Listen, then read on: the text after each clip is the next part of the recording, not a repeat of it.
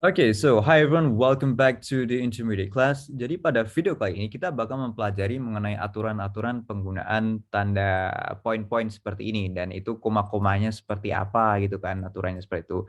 Kenapa itu penting banget diperhatikan? Karena untuk email formal, terutama untuk email yang ingin dikirimkan kepada orang yang posisinya itu dosen atau profesor yang sering melakukan publikasi research itu penting banget karena email seperti ini itu bakal merefleksikan skill penulisan kita itu.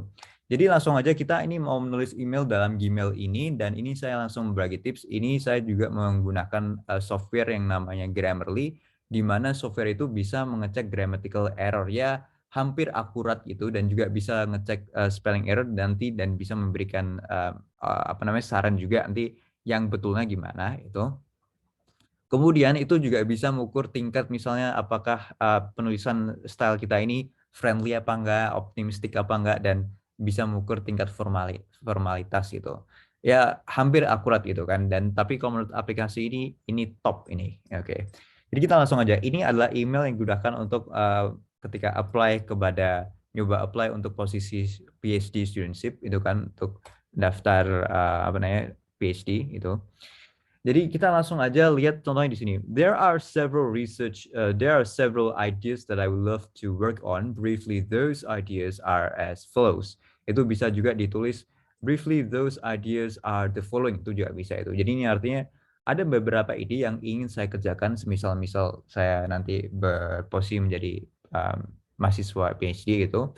Dan secara singkat ide itu berikut ini adalah seperti berikut ini gitu. Jadi ini aturannya itu.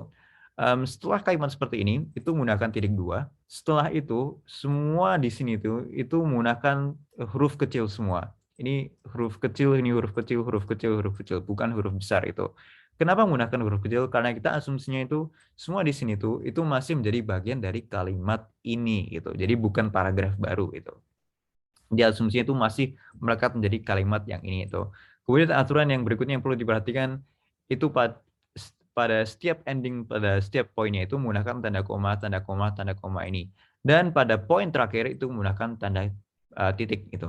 Kemudian yang perlu diperhatikan lagi, semisal dalam salah satu poin itu menggunakan beberapa tanda koma, misalnya gini, reconfigurable frequency selective service utilizing material, and then dielectric, or maybe photonic structure, ini kan structure. Oke. Jadi ini bisa ngecek, nah ini bisa ngecek apa namanya spelling juga kan ini kan metamaterial itu kan structure ini. Jadi ini apa namanya ini adalah kasus di mana ketika dalam satu poin ada beberapa tanda koma, itu kan. Itu berarti gimana nanti? Oke, berarti kalau misalnya ada dalam salah satu poin itu menggunakan beberapa tanda koma, endingnya di sini itu bukan koma, melainkan titik koma seperti ini. Begitu juga misal kasus ini terjadi pada poin yang lain, misalnya ini pada wearable antenna sensor utilizing metamaterial ada koma, terus koma lagi itu. Nanti endingnya juga menggunakan tanda titik koma itu, sama itu. Jadi itu dia itu.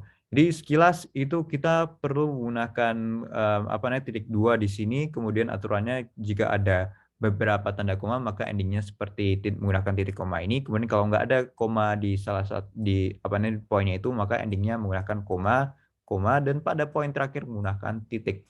Itu aja itu. Okay, so I think that's all for today. Thank you very much. So see you in the next video. Goodbye, guys. Thanks a lot. Have a nice day.